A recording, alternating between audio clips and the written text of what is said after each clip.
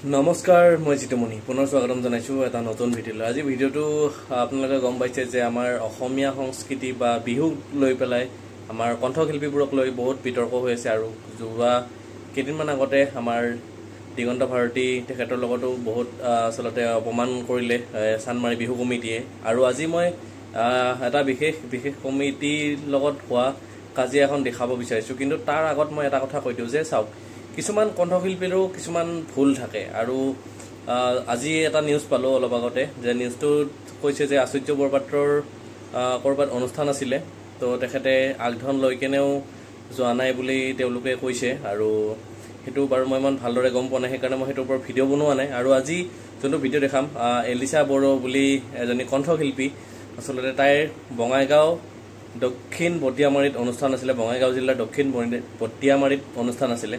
আৰু তেওঁ অনুষ্ঠান কৰিব গৈ কেনে দৰ্শকক জন্তু বুলি কৈছে। তো এইটো আমাৰ কাৰণে আচলতে কিমানখিনি গ্ৰহণযোগ্য এইটো আপোনালোকে বিচাৰ কৰিব, কমেণ্টত জনাব। আচলতে এইটো সেই শিল্পীগৰাকীয়ে আচলতে সঁচাকৈ ভুল কৈছে নে শুদ্ধ কৈছে জনাব। আচলতে মই এইটো বিচাৰ কৰিব অহা নাই যে তাই ভুল কৈছে নে শুদ্ধ কৈছে, মই বিচাৰ কৰিব অহা নাই। কিন্তু মোৰ মতে মই ভাবোঁ যে দৰ্শকক আচলতে তেনেকৈ ক'ব নালাগে। কাৰণ এখন বিহু কমিটিয়ে ইমানখিনি কষ্ট কৰি বিহু অনুষ্ঠান এটা পাতে, আৰু কণ্ঠশিল্পী হিচাপে তেখেতক মাতিছে, তাত মাতি যদি তেখেতে যদি তেনেকুৱা ধৰণৰ দৰ্শকবিলাকেও তেখেতক চাবৰ কাৰণে ৰখি আছে ইমান ৰাতি, বৰষুণ যদি হৈছে, প্লাছ বৰষুণত বা বৰষুণ যদি দিয়াও নাই, ইমানখিনি কষ্ট কৰি ৰাতি অনুষ্ঠান চাবলৈ গৈ অকল কণ্ঠশিল্পীগৰাকীক চাম বুলি বা বিহু বুলি অকণমান ফূৰ্তি কৰিম বুলি, ডান্স কৰিম বুলি, নাচিম বুলি যেতিয়া দৰ্শকবিলাকে গৈ তাত ৰৈ থাকে ৰাতি 12টা-1টালৈকে, তাৰপিছত যদি কণ্ঠশিল্পীগৰাকী আহি কেনে আপোনালোক জন্তু নেকি বুলি যদি কয়, তেতিয়াহ'লে দৰ্শকৰ বেয়া লাগে। প্লাছ যিখন কমিটিয়ে বিহুখন অনুষ্ঠানখন পাতিছে, সেই বিহু কমিটিৰো অকণমান হয়তো বেয়া লাগে। তো মই ভাবিছোঁ এই ভিডিঅ'টো অকণমান দেখুৱাই দিওঁ, মই বেছি কথা নকওঁ। আৰু ভিডিঅ'টো আপোনালোকে চাই লওক, গোটেইখিনি বুজি পাব কি হৈছিল আচলতে তাত, সেই অনুষ্ঠানখনত আচলতে কি হৈছিল। মই ভিডিঅ'টো দেখাই আছোঁ, চাওক। ক'বলৈ দিয়ক জন্তুৱেহে হাল্লা কৰে বেছিকে। আমিতো মানুহ হয়, আমি শান্তিভাৱে থাকিব লাগিব। সেইখিনি হলেহে আমি এজন মানুহ। আমি সকলো মানুহ এজন মানুহ হবলৈ হলে ভাল ব্যৱহাৰ হব লাগিব। সেইখিনিয়ে, মই একো আপোনালোকক বেয়া ব্যৱহাৰ কৰা নাই, এইটো সত্য কথা। মই বেয়া ব্যৱহাৰ কেলে কৰিম? আপোনালোকক ভাল পাওঁ মই, আপোনালোকক ভাল পাওঁ। তো সেইটো কাৰণে আহিছো মই ইয়ালৈ,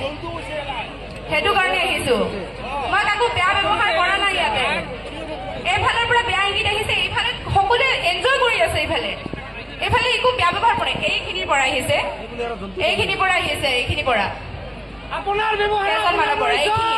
সেইখিনিয়ে মোৰ সেইখিনিয়ে ক'ব লগা। মই কাকো একো বেয়া ব্যৱহাৰ কৰিবলৈ অহা নাই, আপোনালোকৰ লগত ফূৰ্তি কৰি পিছত গান গাবলৈ আহিছো। ময়ো আপোনালোকৰ নিচিনা এজনী ছোৱালী, একো ডাঙৰ কথা নহয় এইটো। আমাৰ নিজৰ ব্যৱহাৰ, নিজৰ পৰিচয়, আমাৰ সকলোৱে ভাল, আমি মানুহ হৈ থাকিব লাগিব। Thank U.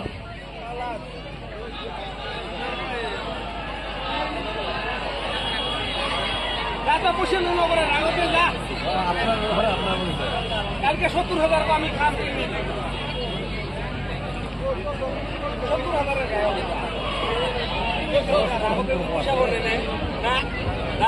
হৈ যোৱা যিটো ঘটনা আমি শিল্পীগৰাকীক ক'লো,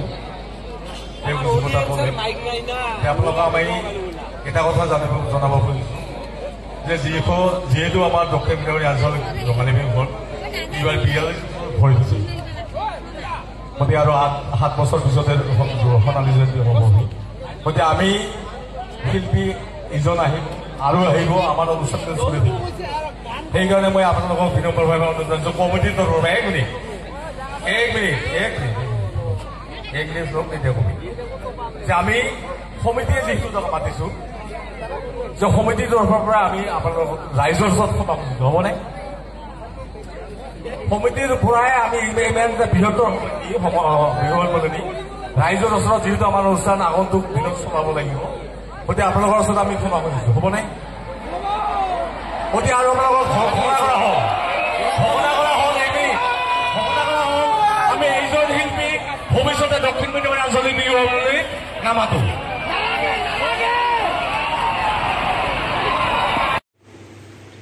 তো চালে আপোনালোকে আৰু হয়তো ভিডিঅ'টো বুজি পাইছে আচলতে গোটেই কাজিয়াখন বুজি পাইছে কি হৈছিলে কি হোৱা নাই আৰু মই এটা কথা ক'ব বিচাৰিছোঁ শেষত যে আচলতে ইমানখিনি কষ্ট কৰাৰ পিছত এগৰাকী শিল্পীয়ে তেনেকৈ ৰাইজক কোৱাটো আচলতে গ্ৰহণযোগ্য বুলি মই নাভাবোঁ কাৰণ ইমানখিনি দৰ্শক কষ্ট কৰি এখন অনুষ্ঠান চাব যায় বা যি কমিটিয়ে সেই অনুষ্ঠানখন পাতে তো তেওঁলোকৰো যথেষ্টখিনি কষ্ট হয় ইমানখিনি টকা দি এজন কণ্ঠশিল্পী মাতাৰ পিছত যদি এটা তেনেকুৱা মন্তব্য শুনিবলৈ পায় দেন বেয়া লাগিব কিন্তু কিছুমান এইটোও ক'ব লাগিব যে কিছুমান কমিটিয়ে শিল্পীক অপমান কৰে শিল্পীক অপমান কৰা আমাৰ গম পাইছে আপোনালোকে মই বাৰু সেইটোৰ ওপৰতো কেতিয়াবা এটা ভিডিঅ' বনাম মোৰ দেৰি হৈ আছে ভিডিঅ' দিয়াত কিন্তু উপায় নাই মই সেইটোৰ ওপৰতো এটা কথা ক'ম আচলতে কি হৈছিল কি হোৱা নাই আৰু আচলতে কি ঘটনাটো কেনে ধৰণৰ হ'ব লাগিছিল মই ক'ম এটা ভিডিঅ' মই বনাম এইকেইদিনতে আৰু আজি এইটো ভিডিঅ' দিলোঁ আপোনালোকে কেনেকুৱা পালে জনাব আৰু আপোনালোকে কি ভাবে এইটো সন্দৰ্ভত এবাৰ কমেণ্ট কৰি জনাব আৰু আজি ভিডিঅ'টো মোৰ ইমানতে শেষ কৰিব বিচাৰিছোঁ যদি ভিডিঅ'টো ভাল লাগিল লাইক কৰিব কমেণ্ট কৰিব আৰু অকণমান শ্বেয়াৰ কৰিব আৰু যদি মোৰ চেনেলটো আপোনালোকে নতুনকৈ চাই আছে তেতিয়াহ'লে চেনেলটো